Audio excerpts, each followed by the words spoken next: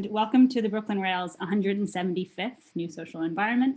I'm Sophia Pedlow, and I have the pleasure of being your MC today for a conversation on Frank Auerbach with Catherine Lampert, Jim Lewis, and Phong H. Bui. We're honored to have the poet Alicia Ostriker here with us too, who will read to close today's program. As many of you know, October marks the 20th anniversary of the Brooklyn Rail, and we are committed to remaining independent, free, and accessible to all. This conversation is presented in partnership with Luhring Augustine on the occasion of their Frank Auerbach exhibition, which is up now in Chelsea through February of next year.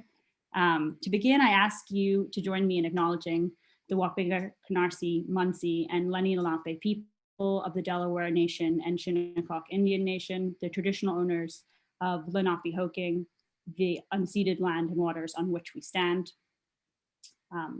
The Brooklyn Rail recognizes the illegal annexation of Republic of Artsakh as a grave international injustice. We stand in support of the Armenian people and the global Armenian diaspora.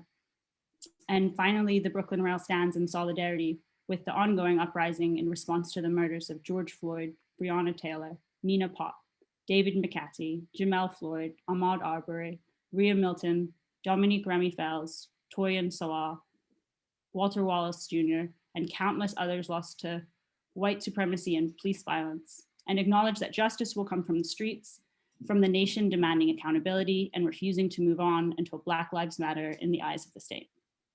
Before I introduce our host, we'd like to begin with a brief moment of silence.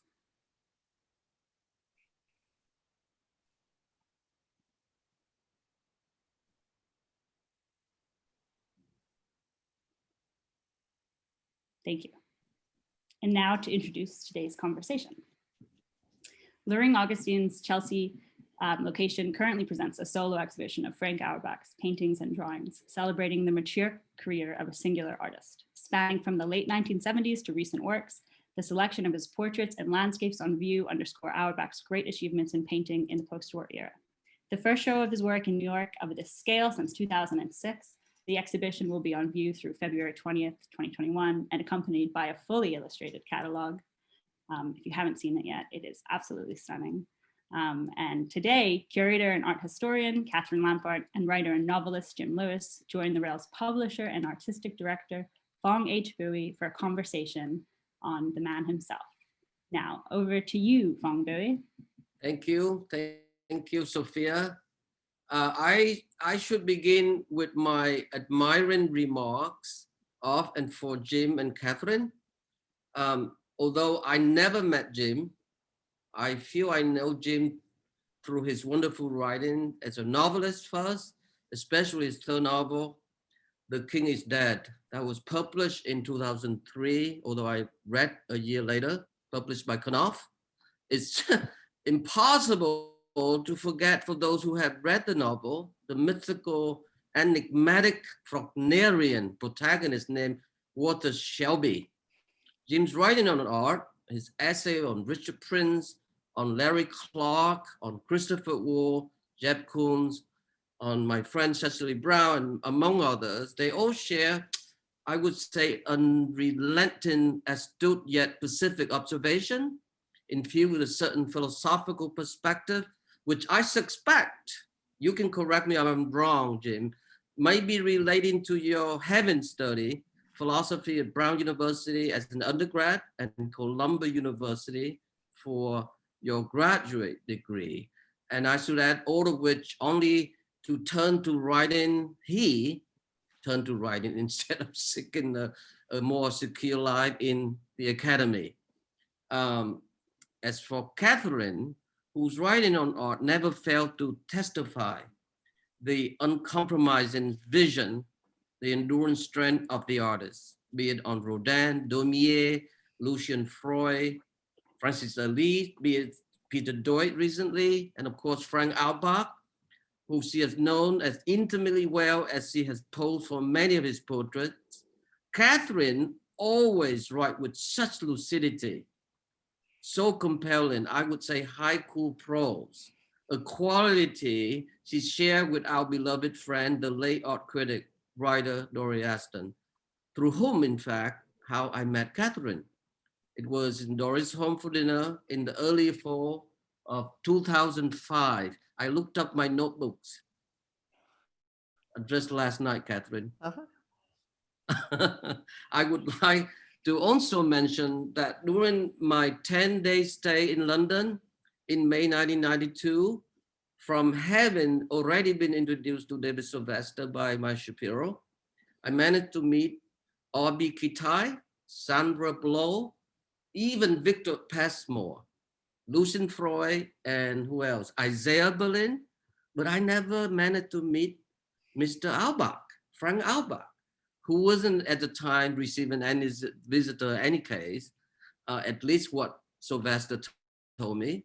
So I consider this gathering an equivalent of meeting Frank Auerbach through his paintings and his friends. So thank you, Jim. Thank you, Catherine. And thank you all of you for being here. So I thought this is the following, what we're gonna do, would like to do. We'll begin sharing with selection of, I believe, 38 or 39 images. Several of them are work is included in this landmark exhibition, dating from 1978 to 2016, 2 years ago. It's on view, as Sophia say, at the gallery on 24th Street in Chelsea, and remain on view till February 28th next year. As Catherine had warned us in her beautiful and unique biography of the painter, Speaking and Painting, luminous book, published by Tim and Hudson in 1981 and reprinted in 2015. A biographical approach won't be appropriate apart from the chapter 1, where she discusses Auerbach's early years.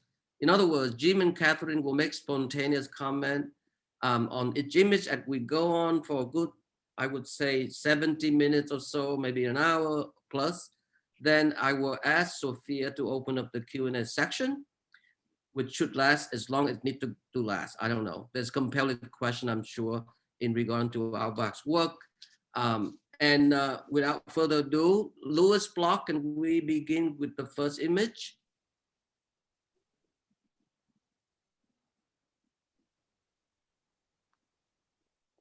Amazing.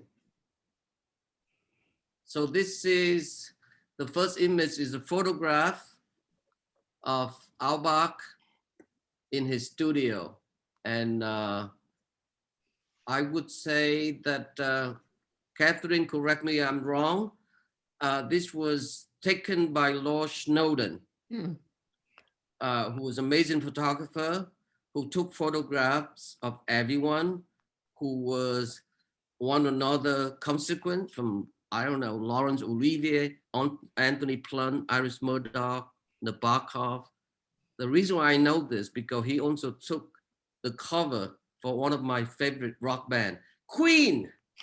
Yes, Greatest Hits. That was 1981, the year I came to America. So that's very amazing. This is 1963, which make him, how old you think, Catherine? 32. 32. Yeah. Wow, amazing.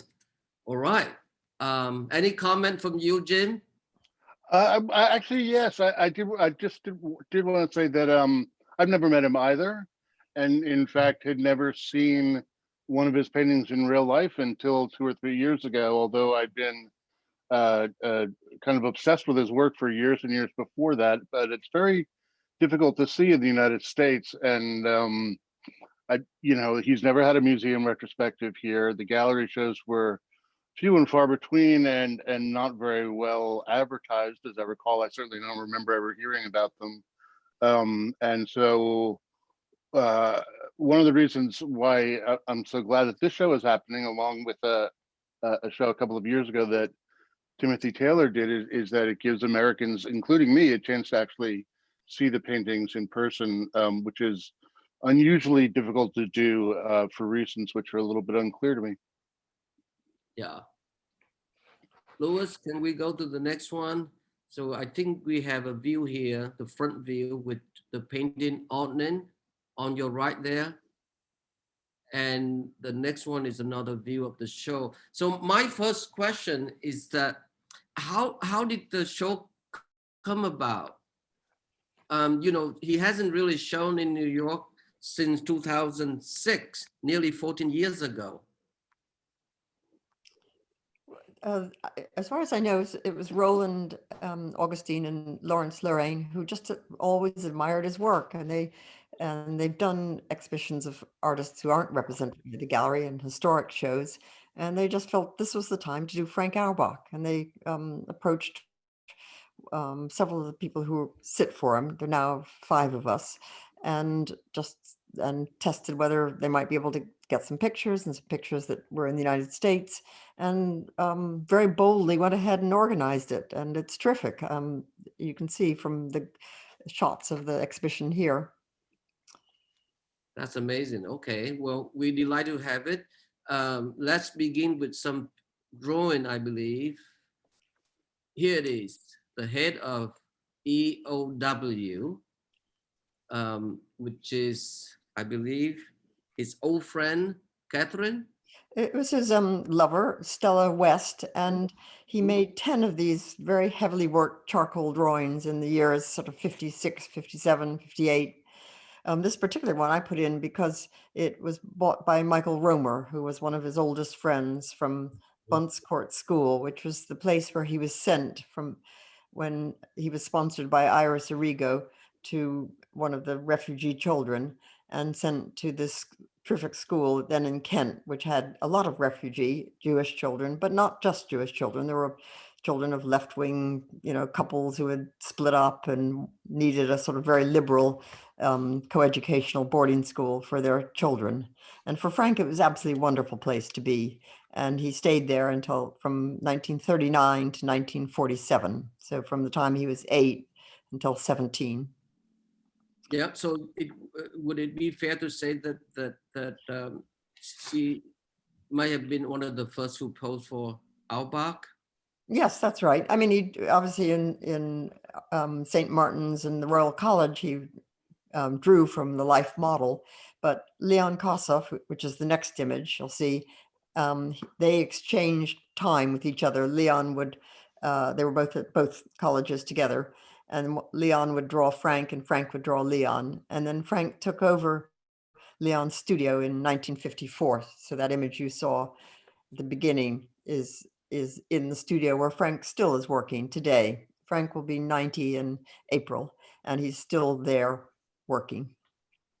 Yeah, and I should add that I was also very fortunate enough to have spent some time at Michael Romer's collection. And when I was a student at the New York Studio School in 1986, where the show took place, so I did manage to see some of the early work, including these 2 drawings. How would you describe the made process here, Catherine? I mean, his early formation, having studied with David Bomberg, for example, and how does that affect the way that he began to draw the way that it appear here?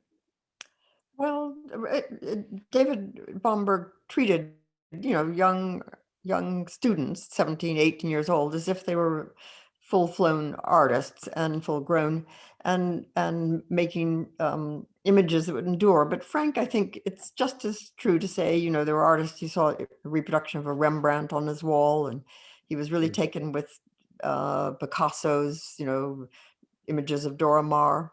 But most of all, it was the people who posed, like Stella and Leon. And he was working on very kind of cheap paper at that time. So he kept rubbing through the paper and having to patch it. But he just wanted to make very enduring, I don't know, one thing Frank always wants to do is kind of lose control, like the image take over rather than he force something. And he could do that best of all with people he knew well, where he could be less inhibited, as he was with these 2. I mean, I get the sense, Catherine, I get the sense from what I've read that Bomberg was important to him mostly because he taught him not to listen to people like Bomberg, That's right. That's perfect. That's a good way to put it. It wasn't like a Bomberg style. In fact, he sometimes thinks some of Bomberg's work is a bit like a travelogue, some of the works from Jerusalem. But he was, as a force, as a personality, he was really important to Frank. But it's interesting you say that too, Jim, you know, because Bob himself have switched style of painting. I mean, early on, he was such a tremendous devotee to a certain form of machine aesthetic, I would say, a certain natural affinity, which he somewhat associated himself with the vortices movement. Remember, Catherine? That's right. Yeah. And whatnot. I mean, to me, it's a British equivalent of Italian futurism. But I think he gained terrible disillusionment after the war. So he turned to figuration, to landscape and making painting and drawn from nature. And that's when he traveled extensively. Jim? I didn't mean to imply that. I should say that I think that was a really important lesson for Auerbach. I didn't mean to trivialize it. It was it's something that he brings up pretty regularly. So I put it slightly flippantly, but I think that was in fact a lesson, and it ended up being a hugely important lesson for him because it sort of validated his own stubbornness and obsessiveness and unwillingness to pander. What about the lesson from the Euston Road School, Catherine? Frank has, had a very good relationship with William Coldstream. It's not a school. I just finished an essay yesterday on Coldstream. It lasted about 2 years, and it was really more like an atelier where there's a life model and some artists came in and talked to other younger or artists who are just beginning to work. And then, they all have different maneuvers to get to a point. Yes, they're often working from landscape, from drawing, but what they end up with is not it's not a similar idiom. It's more, more deeper intentions. And Frank taught at the Slade one day a week in the 60s, and was close to Ewan Uglow, close to Coldstream running the Slade. But the Euston Road School is it's an unfortunate sort of catch-all. It's a bit like the School of London. They are pretty meaningless, really. Do you think Catherine, do you think it would be fair to say that the National Gallery was his real school?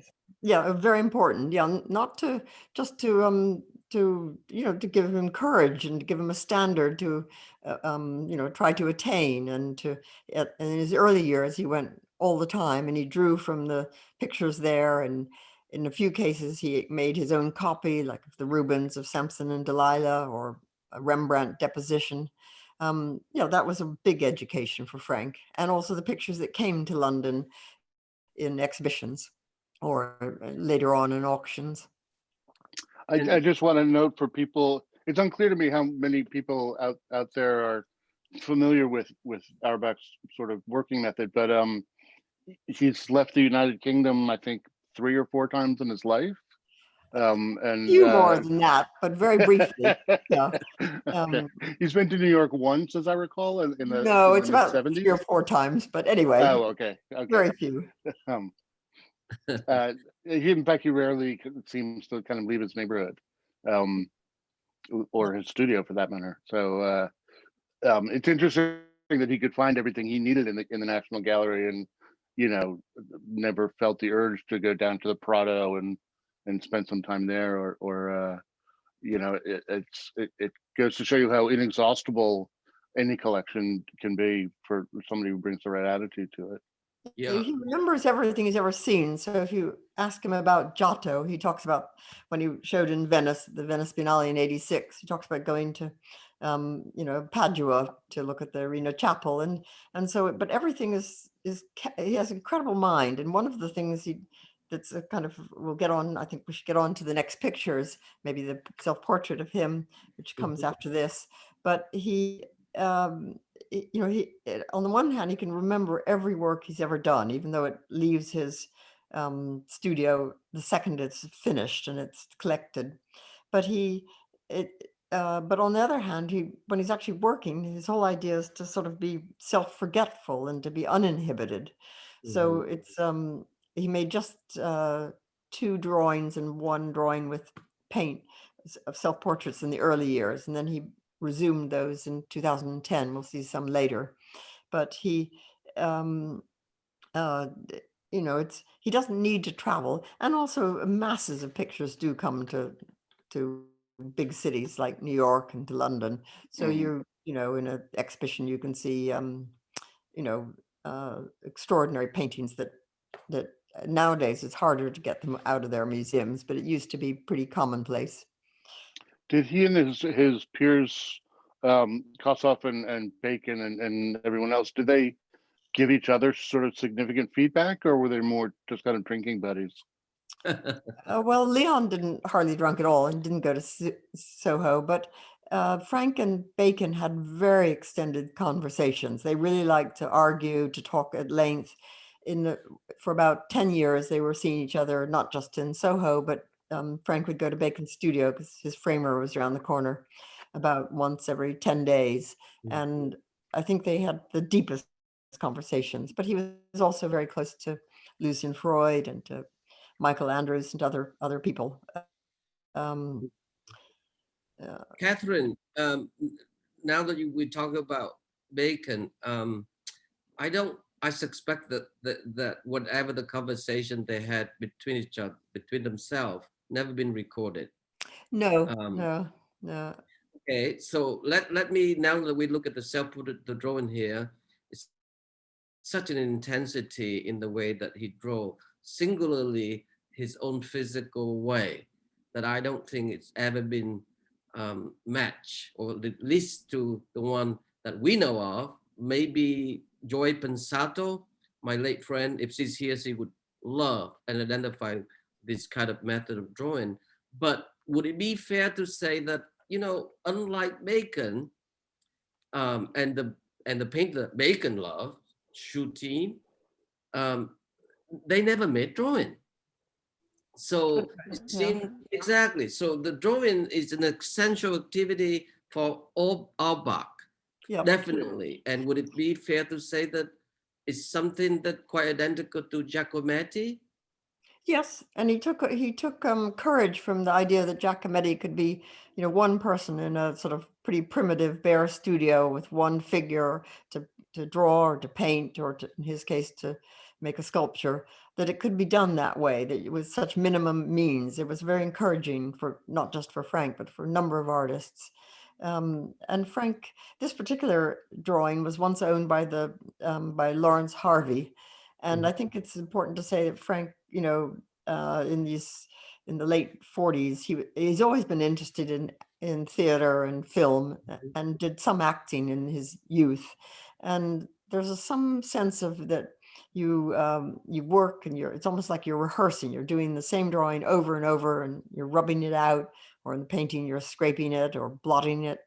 And only a sort of shadow of the image remains. And then you've done it so often that finally, you know, you sort of let go, and you might have the best performance and the best work in this case by not when you're slavishly, you know, looking at the person or trying to follow some idea through. I mean, artists work such different ways, but in his case, it's partly about release. It's so. And I also think, in a lot of ways, that his paintings are very drawingly. Is that a word? Drawing-like. In the sense that the lines are so prominent and so defining of the space, that, you know, there you don't find masses of paint. It's all in the strokes and the way they cut across the canvas. I like drawingly better, Jim. Into a word, okay. But it's so interesting. You say that this drawing was once owned by Lawrence Harvey. Yeah, and then by Kittai. Yeah, they both handsome, we had to admit. And Harvey. For those of you younger audience don't know Lawrence Harvey, he was known for several movies, but the one I remember clearly was Room at the Top. And the one that last made him equally famous, if not more, was Manchurian Candidate. And I think he's from Lithuania. Am I right? That I don't know. And not young. So that's I know it was not his birth name. Yeah, it was a. Yeah, that's right. Stage. Let's go to the paintings, shall we, Louis Block? Yes. Cell building site, 1959. What do we have here? Quite early on, Catherine. Well, as people know, London was heavily bombed during the war, and when the war finished, the city was full of these huge craters and piles of earth and buildings being the remains being knocked down and built up again. And Frank said it was sort of, Frank's not physically adventurous at all. You know, he doesn't swim, he doesn't do any sports, but there was something about going across the city when it was being rebuilt. But it was also an atmosphere, of course, the threat of the Cold War and of the atom bomb. And, life seemed pretty precarious. And he, and also at one point together with Kossoff, they were both drawing first on site and then painting back in their studios these new buildings going up. And of course, the Shell building site is where the South Bank is now, and where the Festival Hall and the Festival of Britain in 1951. But he's drawing the girders and ladders and construction workers. And I've put in 2 of these building site pictures. I just want to add to that while he may not be particularly adventurous, he does seem to be very athletic in both, in the way that he paints, the sort of violence of it and the sustained energy of it. I mean, this is somebody, if you don't know, who paints 10 hours or works 10 hours a day, basically 7 days a week, 364 days out of the year, and it's you would know better than I do, having seen it, but my impression is that it's a very vigorous and almost violent process, especially as he gets closer to what it is that he's looking for. Do you think that's accurate? Yeah, and these early pictures, especially the large ones, are very heavy, and they're quite impacted, and they're painted over and over again, often for full year or more, and they're enormous effort, but not an effort in the sense that he would want you to know that. They have to come together when almost when he's least expecting it, not incrementally. Yeah, I always wonder, when he's doing, I mean, we can get to this a little bit later, but when he's doing the portraits, and he's sort of scraping them down every night and restarting them again the next time he sees the sitter, does he know right before he starts a painting that, or the next version of it, that it's going to be the one, or is it afterwards that he looks at it and he says, okay, now this is something I can live with? Well, in fact, in the film called Frank that his son did, and also in other testaments of sitters, there is a sense that he's getting closer to the end, because the failed attempts are getting closer to not what he wants, because he doesn't know what he wants, but there's a sense of buildup. But it could be, he could do right. He respects the time for when it's a sitter. If it's 2 hours, he finishes on the dot of 2 hours. So he doesn't just say, once in a great while, he'll say, can I go on a bit? And he goes on like 3 minutes at most. So that has a funny time limit, but really if it doesn't work, then he puts it down on the floor and he's pretty certain it's not going to work. And he resumes again whenever the sitter returns, as you say. So it surprises him sometimes.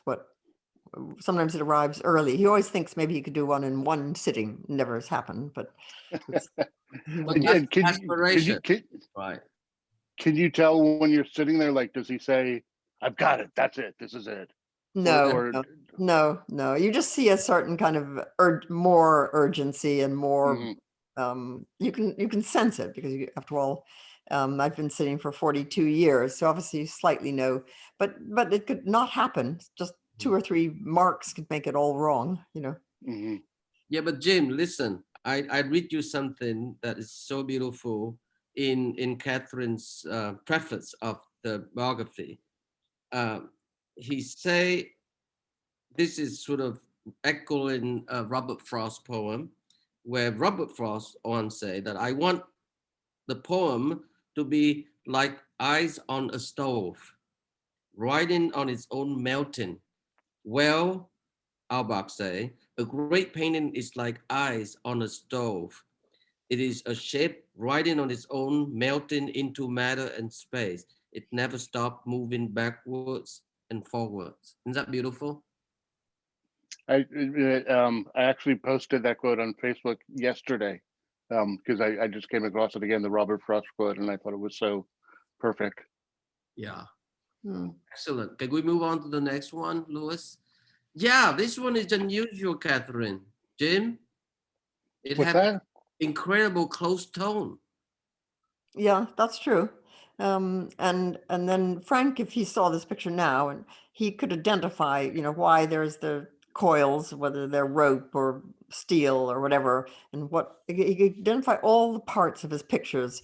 If there's a dog there or he's in the picture, it's vivid. It brings back the past, and of course that's one of the things he thinks art does, is that the passage of time is so rapid for people, especially if you get past 40 or whatever, and somehow you're arresting time, and you're preserving what you have if you make paintings, and that's one of his motivations to work.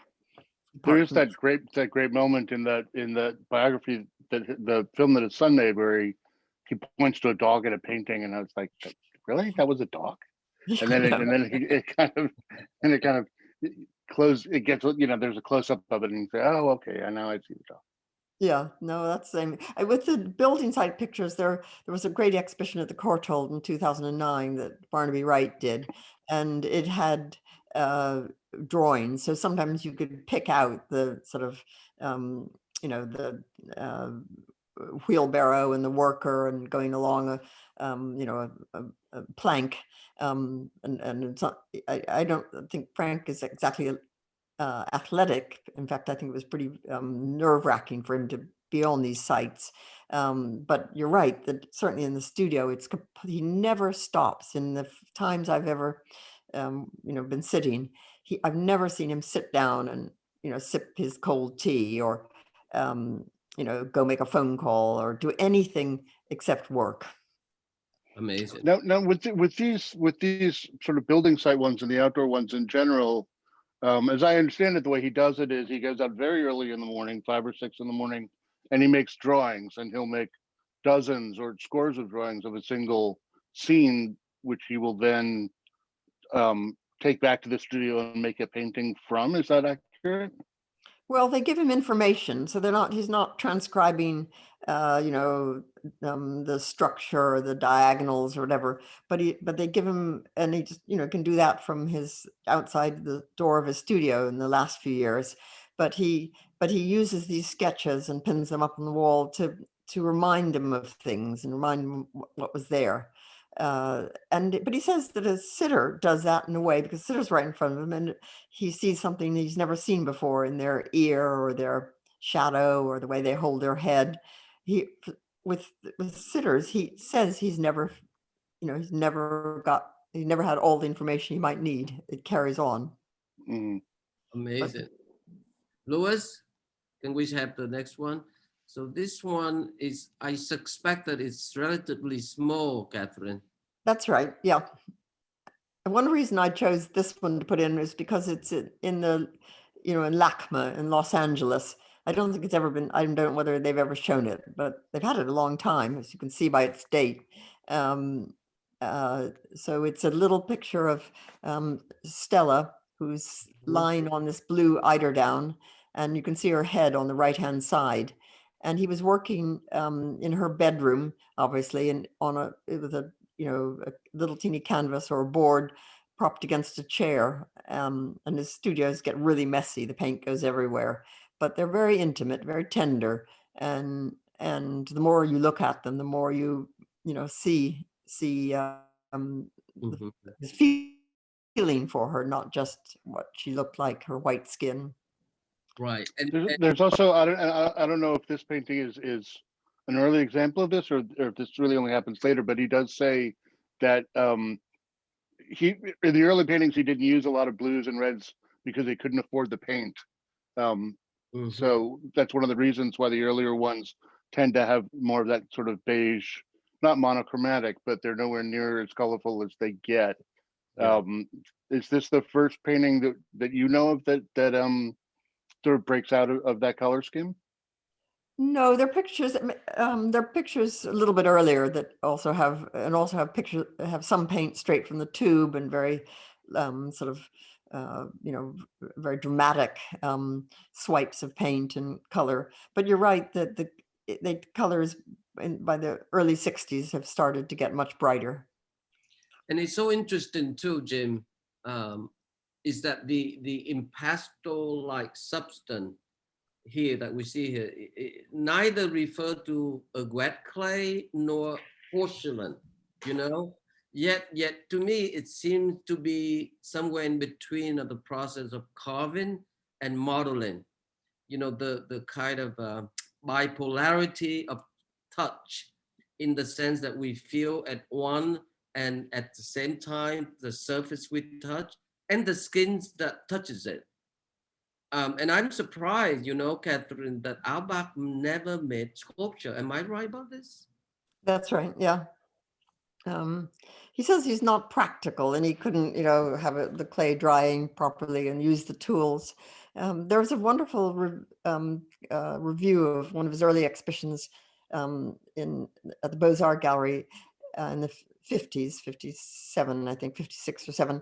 David Sylvester writes, and he talks about the pictures being like, touching somebody in the dark. So touching somebody you know very well, their face, their body, that they're not just tactile. In fact, he covers them in glass, so you can't put your finger on them. But it's some sensations you get even when you can't see the person or the thing. Yeah. The next one, Louis. This is the one that I was so interested. Unusual, I would say. I never seen an Auerbach painting like this at all, Catherine. How so? What makes it different? No, it's a beautiful picture, isn't it, of Primrose Hill, which is this very abrupt hill, about 20 minutes walk from Frank's studio in North London. And, the paths, the trees, the people, the curve, sometimes it's the view down to from above, from a high point looking down on central London. Is this the one that's from the same point of view as the later one that we have? No, I know, though. This was that's a terrific point in the film Frank, which I recommend people get the DVD or download it because he talks about unknowingly going to the exact same spot on Primrose Hill that he'd done sort of 10 years before, and the same shapes and the paths, and hadn't realizing it at first that that's where he was. This is the winter, am I right? Spring, it's, I think, spring. Yeah, it's spring. So the it's quite equivalent to what TJ Clark described. Another painting that you will be seeing soon, Jim, in the winter. That's right. Yeah, has seen it. I guess as his friend, the late art historian Michael Lopro, living room. Yeah, he brighter picture. Exactly. And we're coming up to a picture very similar to the one Padro owned. Yeah, we'll come up. But can we go the next one, Louis, quickly? Yeah, this is the one that Catherine was describing and chose it for that very same reason. Squeeze paint out of the tube. So I guess he wasn't so broke then. 1966. He's all doing okay, Jim. Well, I like this picture because Frank can list every single thing. It's in his studio.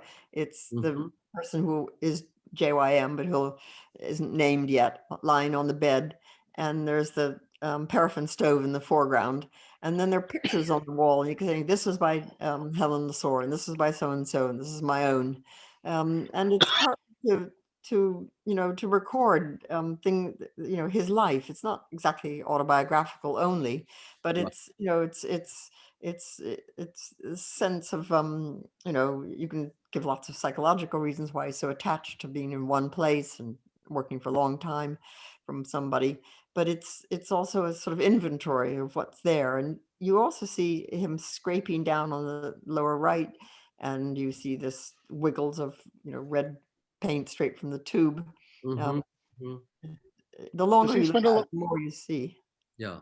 Does he spend a lot of time mixing paint, or does he usually No, use? no, really impatient. He uses this it's good oil paint, but it's made not for artists, called Stokes. And they use some color straight from art, from Winsor & Newton or one of the art suppliers, paint suppliers. But he works really quickly, and he works with lots of different brushes, sometimes his finger, but he's really just squeezing it onto a little kind of stool. Mhm. Well, look at the way that the figure is being depicted by the squeeze paint out of the tube. I can't help but think of Bacon talk, how he spoke of Cimabue's famous crucifix in Mm, San Domenico in Arezzo, where Christ's figure sort of appear like a worm crawling, moving, yeah. undulating down the cross. You have that feeling similarly with this painting. Can we see the next one, Louis? Yes, this is the one that we will This is talk. the one. This is the one where, to me, this is where things really start to change. This is where Mhm.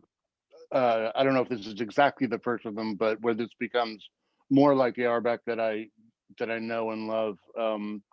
And one of the things that I love about it so much is that as his work goes on, it seems to get sort of more complicated and less complicated at the same time. Like Mhm. he's using fewer lines, um, but the masses and the shapes that he's describing um, are much more subtly rendered and come across as much more complex. So there's a kind of efficiency that begins with this, if not with this exact painting, then with this series, which is part of so much of what I admire about him. Mm. And he's taking this whole scope of nature in a way. The branches are in the wind in London are kind of going up and down, and those sort of zigzag forms and the depth of the distant sky. And yet it's invented. It's not descriptive in that way. It's remade in paint, and with the sense of kind of elation and I don't know, Well, something. he says somewhere here, Catherine. He say that he see in his mind a new species of living thing. That's a good. Um, Yeah. yeah, and I don't know. Looking at it, you realize that it's very strangely colliding between abstraction. What is abstractness really? Because it's not really a consistency nor a fluency, a principle of growth, but there's a groundedness and endurance. And to me, it's like a vital, mystical order to them, you know? And so it's very dynamic. It's really not about the line between the tree only, but it's the inner energy, perhaps. And I'm It's also, interested in the the other scale. thing about this painting, I think, is, and what starts to happen here is that the paintings change very much depending on how close you are to them. So Mhm. if you're, if you're across the room from them, they look one way. If you're, 9 feet away, they look a different way. If you're 3 feet away, they look a different way. Um, and that's another part of what makes them so interesting to me, is how much they shift. You know, Especially the sense of representation versus abstraction, how much Right. that changes even more. I mean, all paintings will change the closer you get to them. Um, so this isn't unique to him, but the degree to which it happens is quite striking to me. I think Frank would, in the years he's working, like these particular years, he would never, nobody would say you were abstract artist or a figurative artist, that everything artists do are really abstract because it's on a flat surface. And if you're using as sort of your stimulus things from nature, either landscape or people or urban landscape, you're always transposing it into this surface. And the marks aren't all, as Jim was saying, they're not all in specific reference to something that's there. They're invented marks. And I agree. I think the pictures, it also depends, of course, on the light you see them under, whether it's natural light or artificial or the distance. But they really sing. They're really fantastic. Some of these late 60s and 70s landscapes. Yeah. There are a couple in there. The other thing which I find interesting is that most of these seem to be morning scenes, just because that's when he goes out. But they give them all this sense of sort of a beginning. It's not quite a cheerfulness, but it's a kind of a dawn feeling, or first light of day feeling, which I can't think of too many of his paintings which take place, or which are set in, which will say late afternoon, or there are a couple of night ones, as I recall, outdoor ones, but most of them seem to be very, very early morning light. Part of that's just practical because Frank draws, and when you see him, he's kind of totally unaware of anybody around him in terms of a bystander, and he finds it really awkward if somebody looks at him drawing. So by going out really early, and anyway he wakes up early, he avoids being a spectacle on the street. So it's partly just to do it that way. Right. Louis? I love this painting so much. Yeah. So who is this here? JWYM? Her name is Julia Yardley Mills, and she was a professional model working in one of the schools where Auerbach was a part-time teacher, and she asked if he wanted to have a model come to sit for him, and she did so devotedly for sort of 40 years. And I met her as an older woman, but she had that kind of fantastic lift to her head and a certain kind of ferocity. And she was also very stalwart. She could model nude, she could model full length, she could model just head and shoulders. I think he could take sort of liberty with her in a way that you could almost never do with somebody who's in your intimate life, which would have been true of the other sitters at this point. Jim, you want to say something before I do? Sorry? You want to say something about this painting? I just love it. I mentioned this to Catherine before. One of the things that initially I was thinking of it this morning.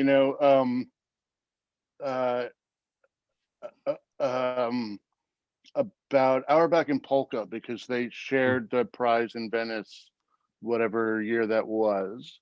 And on some level, you can't think of two different kinds of artists, but they both sometimes feel to me like sort of mad scientists, and they sort of have that in common.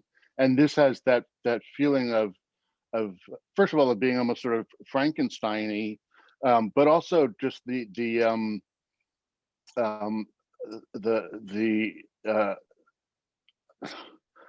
problem is that the words I want to use don't have quite the meaning that I mean them to. There's a grotesquerie that I really appreciate, and that I find really beautiful actually. But when I first saw a painting like this with the thickness of the paint on it and the sort of almost deformed way he's approaching his subject, I was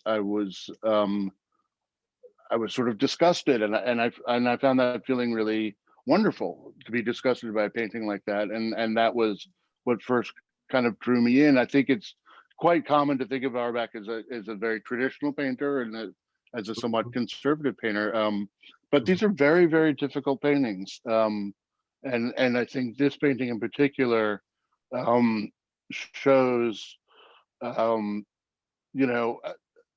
that they shouldn't be as easy to like as I think people sometimes treat them. They should be They should be very hard to like, and they should be very hard to understand.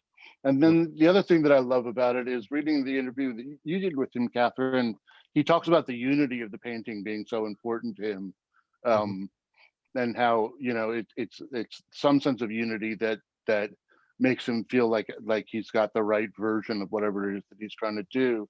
And this painting feels very unified to me, but in this very, very bizarre way, because it's got those two yellow sort of horizontal strokes, and then off to the right that long sort of vertical stroke,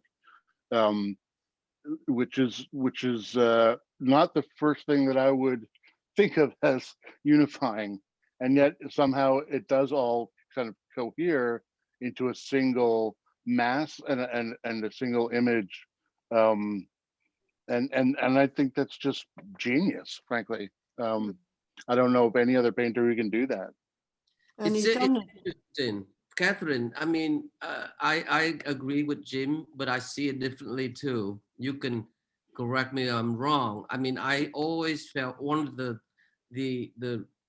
thing that I admire about Auerbach is that he tries super hard not to be seduced by any repeatable habit or familiarity of hands, gesture, and whatnot. But in some rare occasion, as this one appear to be, I can't help but to identify the power of suggestion in the three brushstroke here that we see here, Jim. I mean, you know, the tool that seem to propel the head in motion, in particular motion, caught for a moment there in space, seen slightly from below by the two brushstroke there, but then the third brushstroke thrusting up, hold it vertically for a second. It's so precise and elegant. I think Phong, you and Jim are actually saying something very similar in many ways. Yeah, I think so too, actually. Yeah. And I think you're absolutely right that vertical line kind of keeps the mass of her head from sort of tipping too far. It's super fragile, but it's strong and robust at the same time. Louis, what's next? Yes. Classic. So we're getting to pictures in the exhibition. And this is Frank's, I mean, I'm not, by the way, I don't like to think I'm supposed to be the, expert on Auerbach. You know, I keep learning. I don't know everything. I don't want to be, I don't know, the, Gail Levin of the Edward Hopper, it's not territory that I want at all. And I'm really pleased to hear other people's ideas and, reactions and whatever. We're having a good time, Catherine. Come on. I know. That's what I'm really, and there is a kind of, this particular picture has this great sense of sort of elation, and it's movement, and things are changing, and in the late 70s things changed in his personal life, but he had also I don't know, there's a kind of a certain kind of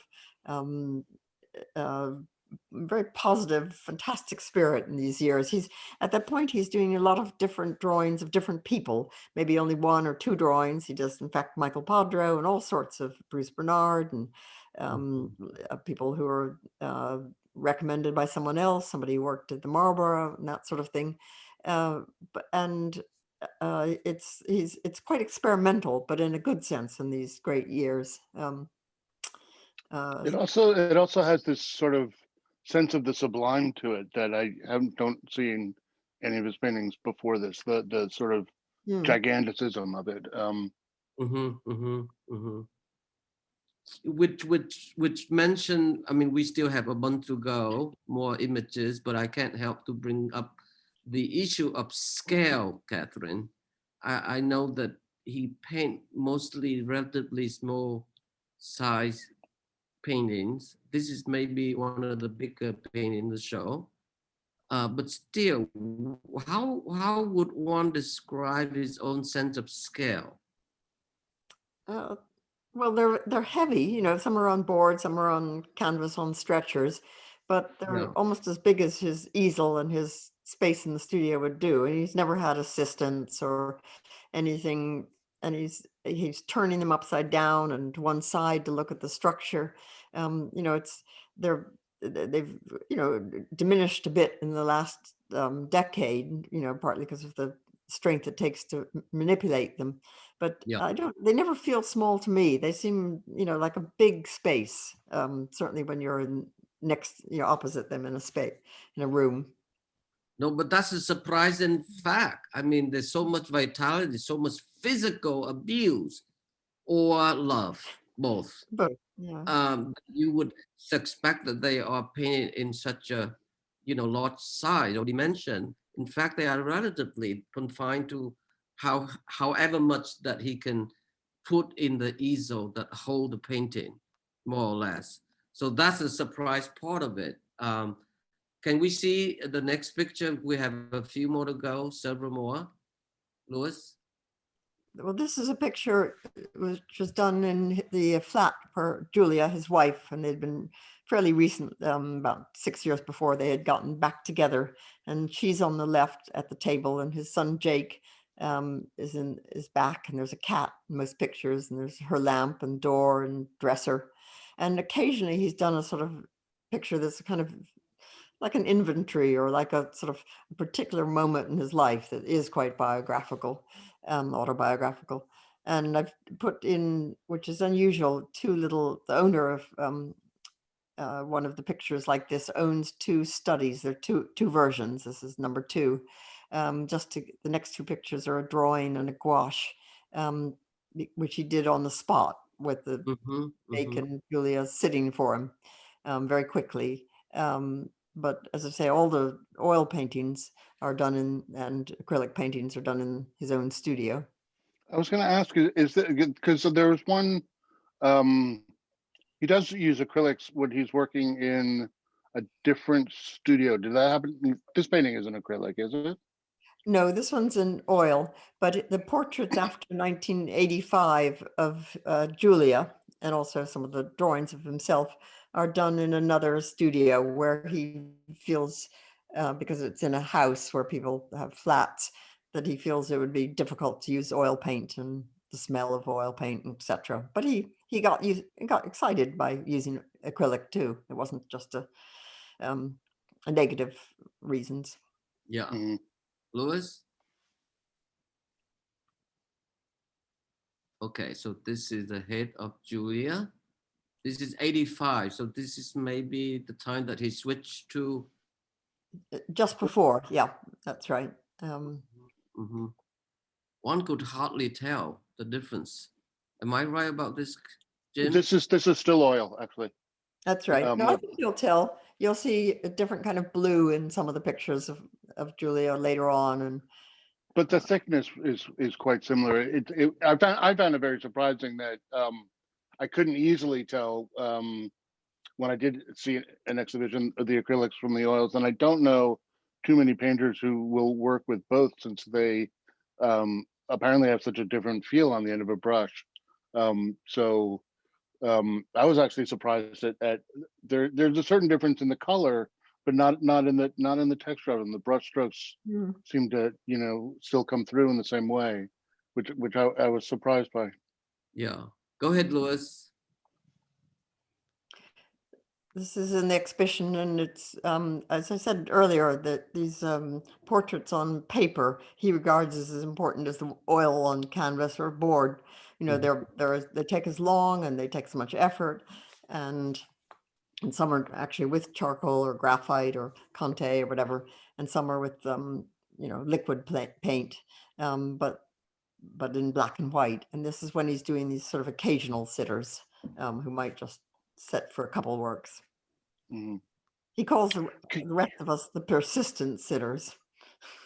Can I ask how he chooses his sitters to see? Do you have to sort of try out, audition for it, or no? I mean, his son and his wife pose, and Bill Fever, David Lando, and myself, and we've come into his friendship in different ways. But one thing we are is that we're very reliable, and we come exactly on time, and we get a lot out of it. We can't wait to come. And if you go on a 3-week vacation, he gets a little put out. Yeah, very. I always do like try to do extra days building up to going away, or when I come back. Yeah. Go ahead, Louis. Amazing. Yeah, So this is great. another classic. Yeah, it's a pretty terrific picture. It's Mornington Crescent has this cigarette factory with this sort of chimney coming out of it, and this is from the back, and this extraordinary linear idea of a building in space and the sky. I think it's. And yet it also seems to be from several different perspectives at the same time. Mhm. But not the way Cubist did it. I'm not quite sure how he's doing it. But the fencing that's in the very front and the sort of triangular spire, whatever that is, versus the row of buildings on the left, all seem to be taken from different perspectives. Mm. Well, it's something from the imagination, from relief, not from exactly from a drawing. It's happened. As he says, he doesn't have an idea of how he wants the picture to end up. He's thinking. His ideas coming actually from what's going on with his hand and brush, rather than any other kind of plan. So he has that freedom to, just like you do, when he's drawing, he can not go to the precise spot. He can go to one side. And anyway, he's walking by these buildings all the time. So, when he goes to get a newspaper or do something in Mornington Crescent, and so he's feeling the spaces, from the experience rather than just from looking. Let's go to see some images of Catherine. Here's Catherine, 1994. I suspect it's also a small painting. Middle size, not too small. Mid-size, all right. Mid-size. Is this about when you started sitting for him, or? No, it's 16 years after. I started in 1978. Oh my God, I didn't realize. When I was working at the Hayward exhibition. And I'm just taken by the two passages on the left with the greenish, dirty yellow mixing together in spiral and across vertically, and then similarly done on the right with the bluish part of it. So I'm taken with the shoes, which I find fantastically done. Again, with just like these two lines. I guess it's your right leg, but it's on the right side facing us. Again, this is, it has this, I want to say sort of cartoonish or caricature feel to it, but I don't mean that as a put down. It's this incredible efficiency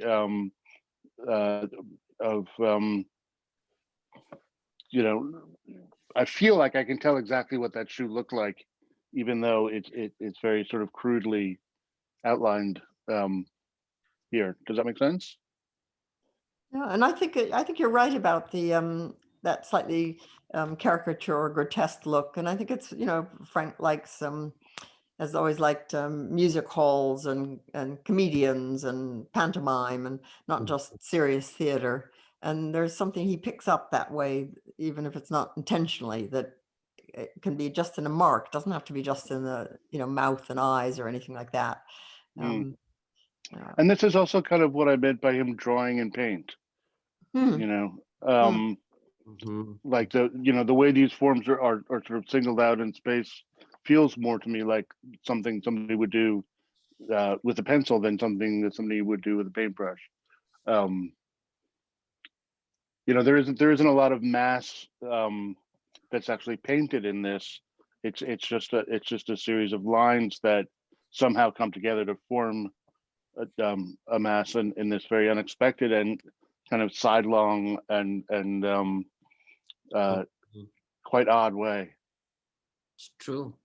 Louis, can see the next one? Yep. Here's a profile of you. And you can see how when he blots, and there's a kind of kind of ghost of the picture left after he's blotted with newspaper or scraped down, and then he starts again. And I think it's amazing that one period, not just this picture, but others, the time and since, that there's this wonderful sort of, I don't know, non-color and you know, a little bit of the kind of red coming off the profile, but that non-specific atmospheric ground around the head is terrific. Um, just as an aside, when you look at a painting like this, do you think that's me? Not particularly, no. But when I had to select the last room of the retrospective that began in the Kunstmuseum in Bonn and then went to Tate Britain, and I put a couple of pictures of me, and also I knew where they could be borrowed from, etc., in the last room. And Frank said to me, "Oh, that's good. You know, I didn't know whether you really approved of them." And I didn't want to be vain, but it was that he's not sure that any of his sitters can cope with the pictures of themselves. But of course we can. Although I wouldn't want to just own pictures of me if I had a choice. Right. Can we see the next front? I think it's the frontal one. This one is ferocious. So much energy going on here. I mean, you know, one of the things that he talks about again in that interview with you that I found curious and slightly contradictory was, on the one hand, his sense of sort of the importance of facts. You know, he paints things that are in the world. You know, it's not about sort of inventing a landscape or inventing a person, or even taking, you know, a character from a play or something and inventing a look for them. And yet at the same time, it's the painting itself. You know, the painting itself is a thing very distinct from both himself and the sitter. You know, the painting has its own logic to it, and the painting has almost its own will. And I find it hard to sort of keep both of those things in my head at the same time.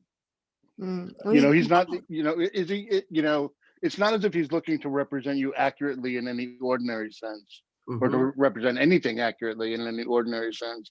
But he is trying to represent something, and it seems almost as if the painting kind of takes over from that and becomes its own object in the world.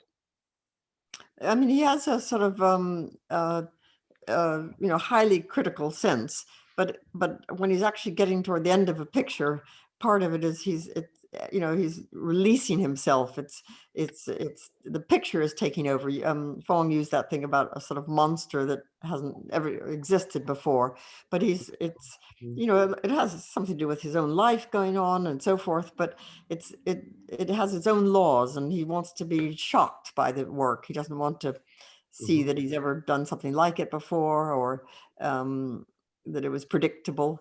I mean, it's interesting that about a few years ago, Boslitz, who's tried to meet Frank, you know, you're not the only one who came to London, wasn't allowed to have time long, but he you know, he was revisiting some of the British artists, and he, you know, it turns out they admired someone like Antonin Artaud, you know, that when they went to Paris as young men, just after, you know, in Auerbach's case, immediately after the war, and Boslitz is a few years later, some of those same, you know, it wasn't just to look at recent Picasso or recent Matisse, it was also to pick up someone like Artaud and his work. Amazing. Well, one thing I can add is that the constancy of compelling the viewer to look at it the way that the other look at it is that we can't afford to be lazy. So there's two things: laziness and passiveness is not the two propositions that require when you look at Auerbach's painting. And this is, who is David Landau, Catherine? He's a expert on Renaissance prints, and he's living in Venice at the moment. And he began sitting for Frank at the beginning of the 80s. He was also qualified as a medical doctor, and he's terrific. They just have developed a really serious and as Frank, every relationship Frank has with one of the sitters is completely different. The conversations, the atmosphere in the studio, and David, it's very private, probably what they talk about. I mean, they might talk about David's adventurous life in the sense he, as a businessman, he travels and so forth, or was. But there are other subjects they would come up, and you see that David in a quiet moment. Yeah. And one of the things I love about this painting is, again, that sort of upside down U shape in the middle of his forehead. I can't imagine anything in real life that refers to. It's not hair. I don't think. I don't know what Landau actually looks like. But it seems, I don't want to say gratuitous, because it actually holds the entire painting together. But I can't imagine where he got the idea to do that from. I can't imagine that that's an actual feature of his sitter. Yeah, let's look at the drawing, because that's sort of relatable there, Jim. So here we see the two palimpsests of the previous drawn head on the right and on the left there. But it does say something about where the process of drawing can be relatable or related or made into the painting. Can we flip back to the painting for a second, and then thanks, and then forward again? Trying to think if I would identify those as the same person if I didn't know.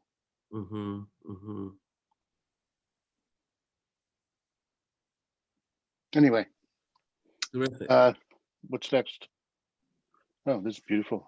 Here's the back gallery, the space of the gallery where it was exquisitely installed of drawings.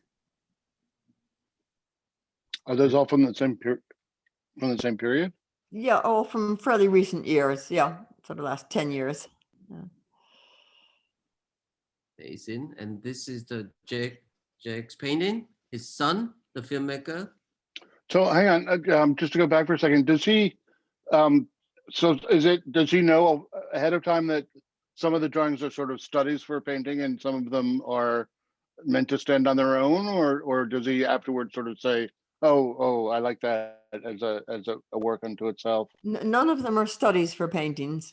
Okay. Portraits. They're all they're an image just as arduous. In fact, it's really hard working on this kind of very durable paper he's using now with sort of a stub of graphite or whatever. It's as much physical exertion as an oil painting, but the sketches for landscapes, that's different. But these are at some moment he just feels like not working with color and working with might put a little bit of gouache or something in, and it turns to have a bit of color. But it's just an instinct that now it's time to make a drawing. It's not preparatory. Amazing. Go ahead, Louis. Again, it's head of his son. Another one. This is the one that's in the Museum of Modern Art. Yeah, and has been borrowed. So this is painted in acrylic, Catherine? No, oil. It's oil. Yeah. Okay. Yeah. It's interesting too how as far as I can tell, the background seemed to disappear a little bit more as we move further along. That the heads become more isolated in space. I guess that's not true of the next one actually quite so much. So maybe I'm wrong about that, but these feel sort of decontextualized in a way that the earlier ones felt like they were in a studio. Yeah, let me ask you both. What about the matter of speed or speed of execution? Is there a pace that, I mean, having posed for him for so many years, Catherine, how would you describe that process? Is it fast? Yeah, it's fast. Yeah, it's fast, and it's as he says, it's sort of when he can surrender will, and so it's quite instinctive at a point, and he's sloshing around with the paint and blotting and looking in the mirror to see what the picture looks like from that, backwards. And it's extraordinary because it's very intense, but it's all frank. It's not, as long as the person stays still and try not to fall asleep or anything. It's all frank. You're there, and he can sense when you come in what's happening in your life, and it's a lesson for a lot of us. It's not because of the five of us. It's that if you know a lot about that person, a lot about what matters to them and what they're thinking and what they say, and you never exhaust that with another human being. So he's very uninhibited, and that's partly a factor of familiarity. When you say fast, do you mean like 10 minutes or like 2 hours? 2 hours, yeah. But he's moving, he's blotting and scraping. It's changing every second. It could be about 30 pictures in that 2 hours. Really, it could change significantly as he's working. And then he come back the next time, the next pose, on the same painting? No, at that point, at least in my case, I'm allowed to change what I'm wearing, and he often, I'm often looking a different direction, or he's using a different size, support. It's not a series. I see. So it's all about all at onceness. Yeah. Yeah. Okay. Louis, can we go to the next one? So this is another tree in Mornington Crescent. I never asked you this, but did you ask him too why he prefers square as a format, Catherine? No, I haven't asked him that. I mean, and also he may. Good question.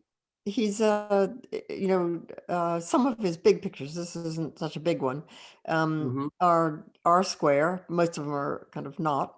I think it's just change. He wants to do, he did say, and he says it in the film, that earlier on he was looking at, he sort of was making a composition, looking for the right kind of composition. And now it's much more random, that he just turns around and starts from that drawing from a particular spot, but not with an idea of what's going to happen on the, foreground and background and right and left.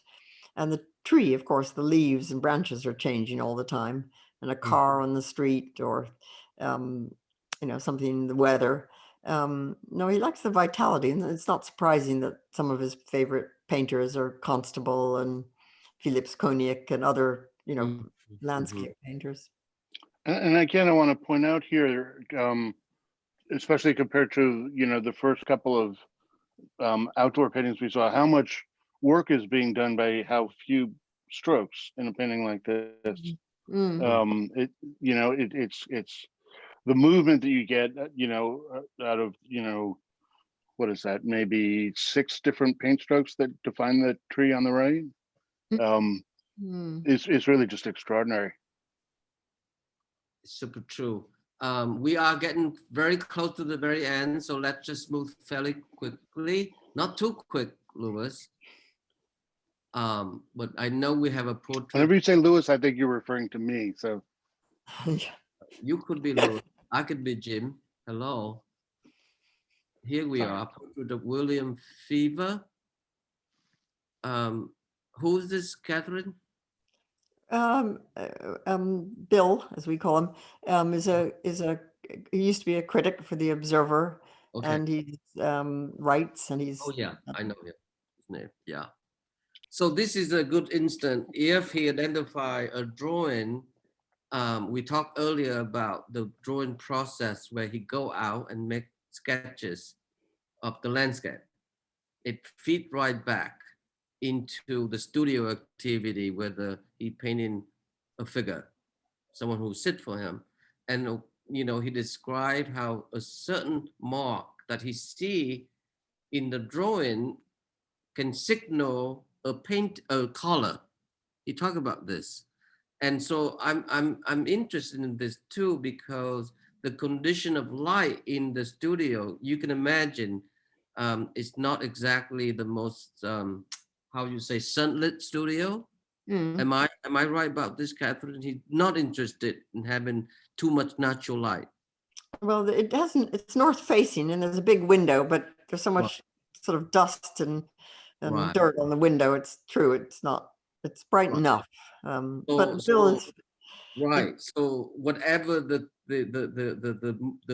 mood that the palette is called upon, a certain color called upon, how does that come about? I mean, you sat for him so many times, and there gotta be a way that describe that decision of making. Like this is not like the last one of his son, for example. This is very Well, new. I mean, it has those kind of pastel colors in it, which, Right. is this the first period when he starts using that kind of pastel-y tone? You have to understand, you have to remember also that he's what, 76 when he's painting this.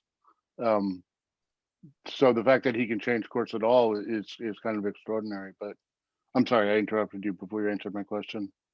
well, I don't know. There's not really an answer that I don't think he doesn't foresee what kind of palette. I mean, he wants it. If he's done something before, he might want to deliberately change it. I mean, if you do line up in an exhibition works from, the same 3 years, you will see some of that, this very smooth background and sometimes, green on one side and this kind of rose brown on the other. But it's one picture to the next isn't a definite, apart from wanting change, it isn't, or to take, or sometimes to take further something he began, to go deeper into something, he do it a different way. But it isn't planned out. It isn't logical in a, some people make notes and make a decision about what they're going to do next and so forth. And I don't think Frank is working that in that, at least in that specific a way. It may be in his back of his head, but it's not. Okay, let's go to the next field, Louis, because we are. Let's see. What about time? Yeah. What about this one, Catherine? Well, this is in where Coco used to be called the Camden Palace, and it's been a club, a kind of trendy club for years, decades, and so this is right, and the Mornington Crescent underground stations in the top right. As Jim was saying, he's using these kind of these long lines and different angles and the street lamp and it's an urban landscape, which we all experience, at least ones of us in Brooklyn or in Hackney, where I am. And I think it has that sense of confusion and chaos and atmosphere. Yeah, it's great. I'm afraid we're running quite long here, aren't we? We're already almost a half an hour over our we should, allotted time. Let's go swiftly, so we can open up. So this painting, the Artnin, is hanging right in front when you walk in at the gallery. So a relatively good size, smallish painting, and the arrow. I'm curious about the arrow, Catherine. I don't know the answer. I mean, sometimes he'll pick up something. Somebody's just put a road sign down to I was tell. going to say, I think that's just a street sign. Yeah. Okay. Right. Go on. Here's another portrait of Julia. Is that one acrylic? Yes. Yeah.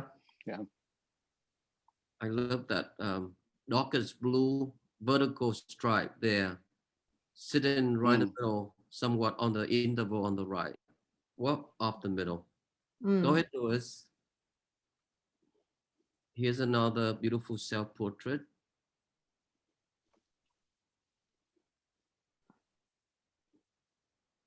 In black and white, portrait of Julia again. It's gorgeous. Gorgeous. How quickly this particular painting get painted, approximately, Catherine?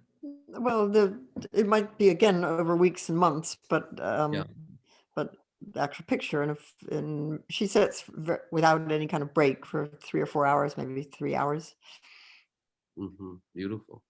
Okay, Louis, I think we have a few more. Here's another beautiful head of David Landau. That similar palette that you and I talked about earlier, Jim. Mm. Very close tone, very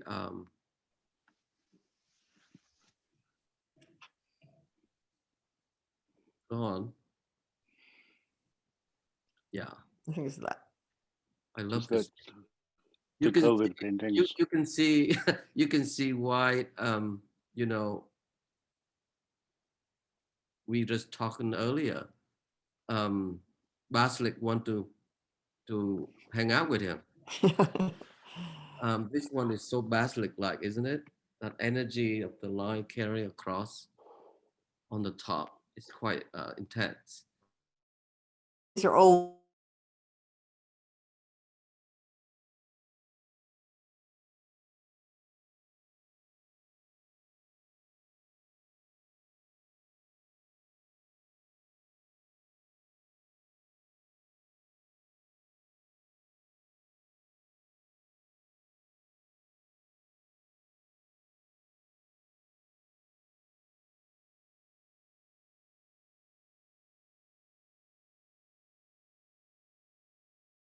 Yes.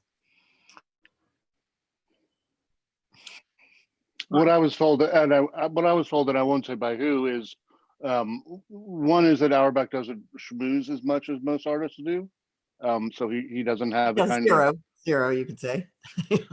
and the other is that Marlborough kind of blew it for many years.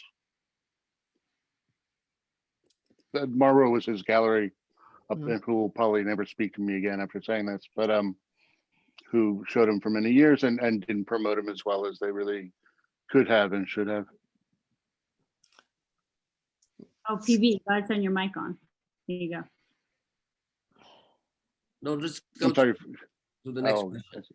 Oh, I will, of course. Next, we have Ellen Hall.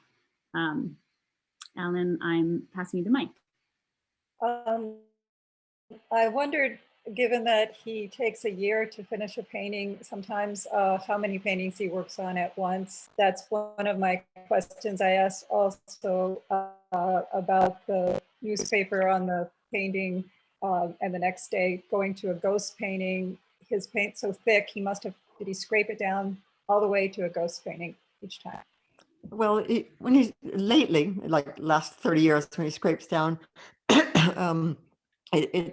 there is a kind of ghost of the image there, and so it's not a natural and blank canvas, but he's building up again, and he paints the 5 sitters each once a week, Julia sometimes twice a week, and then he's painting maybe one main landscape, one big one, and then 2 or 3 smaller versions. So it's a lot of pictures to do at once. I saw just a little comment came from someone, and I agree with them, that there was referring back to why he's not more exposed in the United States, that Frank has been very happy with the Marlborough London, and particularly with the people who looked after him directly, like Geoffrey Parton. And Marlborough, New York has been a sort of another separate business in many ways. Yes, yeah, I'm sorry, that's what I meant. I didn't. No, Thank you. Very much. Carolyn, I'm passing you the mic next. Hi, thank you all for this. It's been wonderful. I had 2 questions, one of which you've sort of touched on, which was what a session was like for Catherine when she was sitting. The other question was whether he threw out any of his paintings or if he just kept working on them and layered them, if there were any that were disposed of. Thank you. I think very rarely has he completely trashed a canvas. Once in a while he's had something come back to him and he's changed it or asked for it to be destroyed, but normally he just keeps going on the same surface until he finally gets a picture. And I forget your other question. Oh, I forgot the other question too. What was the first question? Here you go, Carolyn. It was already touched upon, which was really what a session was like, like when you walked in the door, and you've already sort of touched on it since then. It's great. And everybody, at least I know from my experience, I come out in such a good mood. When I was young, I was daydreaming, and thinking of things happening. And when I was working in a museum and a gallery, I was thinking of all the things I've got to be doing. Or sometimes I'm thinking of going to, I don't know, everybody's different, but I'm thinking, oh, I'm writing this text or I have to give a talk. But I always come out happy. And I think others do too. Could you see what he was working on while he was working? No, no. He puts it down on the floor afterwards, but you can't see while he's working. Okay. Thank you very much. Wonderful. Richard Jacobs, you have a question. I'm passing you the mic. You should get a prompt on your screen to accept. Hi. I guess I should go back and read it because it went through my head so fast. I'm really interested in the madness of Auerbach's lack of trust. I assume that, like a lot of us, he loses many brilliant paintings on each canvas because it just seems like he's pushing past, these moments of clarity to the edge of an abyss. And I've always been thrilled by his bravery, when he pushes everything that can go wrong in a painting and then they somehow end up right. But I'm wondering what is the level of his own personal anxiety and anger about his work? I imagine that he must go through a lot of loss as well as gains, almost every day when he's working, and how he sort of handles that. And is he just confident that he's gonna, find the impossible moment? That's a great question. I mean, I think I was listening to Jake Auerbach's film about Celia Paul yesterday. I'd seen it before, but I was looking again. And she said it's sort of writing, she's just done an autobiography, is so different from painting because at least in writing, especially nowadays, you can just save a copy of things. But with painting, you've destroyed, the way he's doing it anyway, he's scraped it down and destroyed it. And maybe, you can never go back to that. Who knows whether you are going to do it better the next time and more original and more organic. And so, there's a high level, I think I don't know what Jim would say, but I'm sure there's a high level of anxiety for most artists who are changing their pictures all the time. I mean, I didn't get the impression from the interviews and from the documentary that he's, tortured. He's intense, obviously. But he doesn't seem to be, I don't know if that is part of what you're asking. He doesn't seem to be notably conflicted more than most artists are, basically. Well, I think there is a balance of confidence and anxiety. He somehow knows that he's going to find something, but he doesn't know what it is. And what's exciting to me is his level of surprise too. You can sense it. I think you're right there. Definitely, it has to shock him and be unforeseen, but it comes from a lot of study and background. And there's one comparison he's done to sort of astronomy that you're looking at the night sky every night, and you're so through the telescope, like the Herschels, and then suddenly there's a new planet. And you recognize it because you've done the background, and then something completely, you recognize it because it's never been seen before, but you've got to the point where you are ready for it. And I don't think anybody who makes anything is ever completely confident that it's not going to all go away the next morning when they wake up. So I think that's I think that happens to everybody. I would add to that too. It's not about likeness, but it's rather than about presence and apparition or certain proximity of someone, And I think when you are thinking in that way, it will be hard to repeat it because you desire the same shock or the same surprises, which is not the case with him. It seemed to me that I think he once said something quite interesting. He say, painting never wants to be like music. It's best when it's least like music, fixed, concrete, immediate, and resistant to time. I think that's very interesting to think about for me, about his way of thinking. You know, that's why it's hard to copy Auerbach. It's not an artist that you set out to copy, where many people could do with the Kunin and other. You know. Great. Yeah. Anyway, back to you, Sophia. Thank you. Sebastian, you asked a question. I'm passing you the mic now. You got it? Yeah, yes. Hello. I guess my question is, I found the work to kind of have oscillate between like abstraction and representation. I guess my question is, what can you say about the way that the artist understood abstraction and representation, or your any personal thoughts on that matter? I was just reading about him on this last night. As far as he's concerned, there's no real difference between the two. He thinks that all paintings are a little bit of both, and he seemed quite insistent that you know, modernism, this idea that there's a break when, you know, Cézanne starts to break the picture plane, you know, that in 1,000 years, that is not going to be the way the history of this period looks. No, it's much more, as you say, it's about sort of tension and things and coming together, and people use different procedures to get to a final picture, and it could be not using any motif, but he thinks it's more it's more urgent, more exciting to go from something in, you know, that he gets to know well, which is either a piece of a view from a position around where he lives, or a person, rather than go from just his head. Thank you. Lisa, I will come to you for the final question. No pressure. You want to grab the mic? I'm sorry. I didn't mean to ask a question. I was actually going to type a comment. The second that you said Cézanne,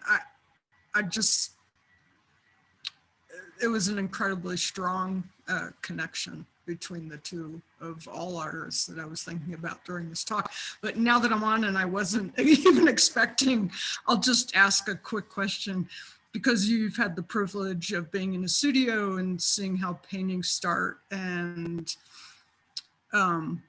progress. Does he start out with, I typed this before, but it wasn't really answered. Does he start out with a brighter palette, and through his process of wiping, that's when the muted color palette begins? Or does he start out very muted? That was just a curiosity. No, he doesn't start out. No, he has, you know, big tubs of some primary colors, red and orange and yellow and white, obviously. But he doesn't have a palette as such. You know, he's mixing it with his brush.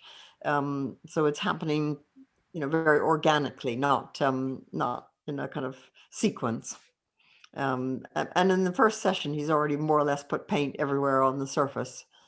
But and you know, do they start out muted, or do they start out bright? And no, it's different. It just depends. There's no formula or procedure. So thank you, everybody. Thank you, and thank you to Catherine, Jim, Phong. It's been such a pleasure to be in company with you and with Frank this afternoon. We do have a tradition at the Rail of ending all our lunches and now our special lunchtime programming with a reading from a poet. And today we are very honored to have Alicia Ostriker here.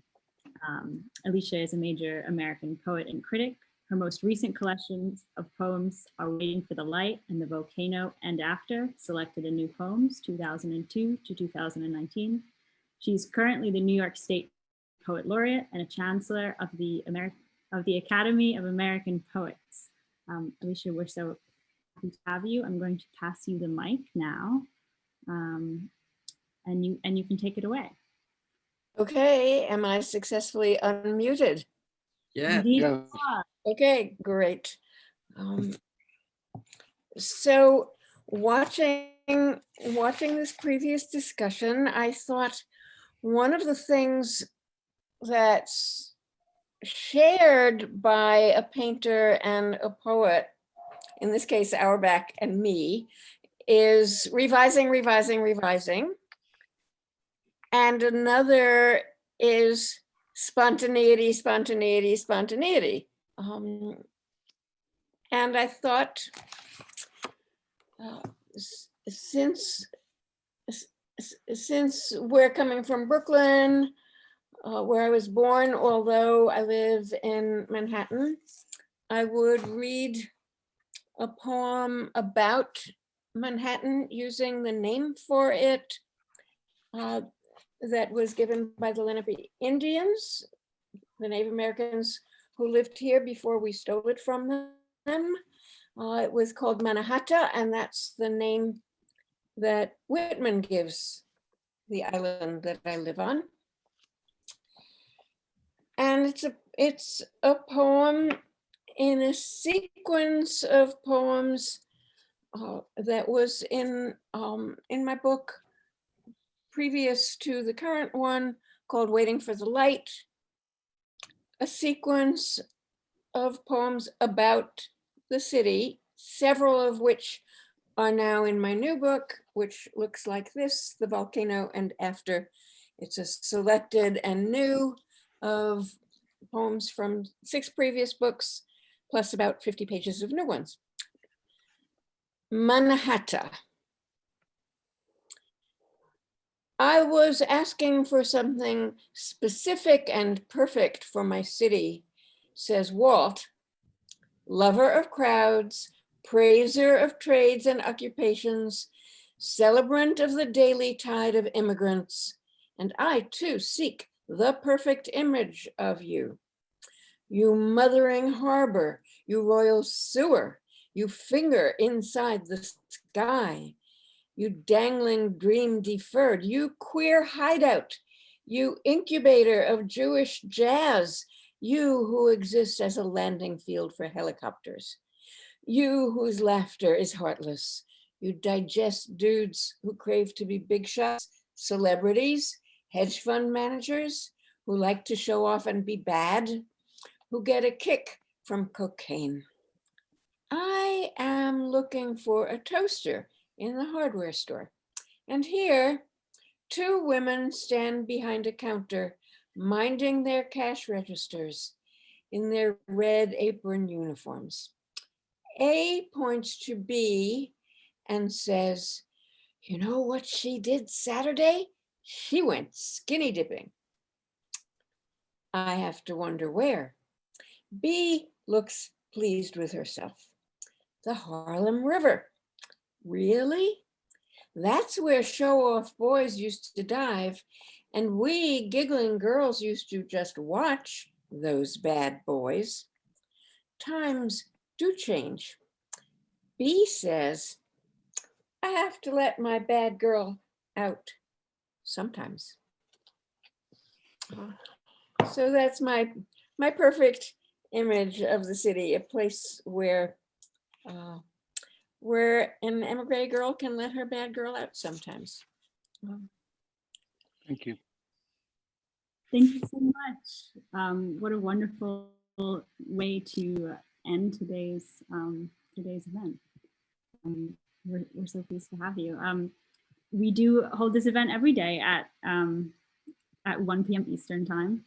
And tomorrow we will be indulging in some more poetry with Adjoa Gargi and Linga Greaves, who's hosting a radical poetry reading with her friends. So tune in if you'd like to. Otherwise, everybody now has the powers to turn their microphones on and say goodbye and thank you. And I met you in 1963 in your studio.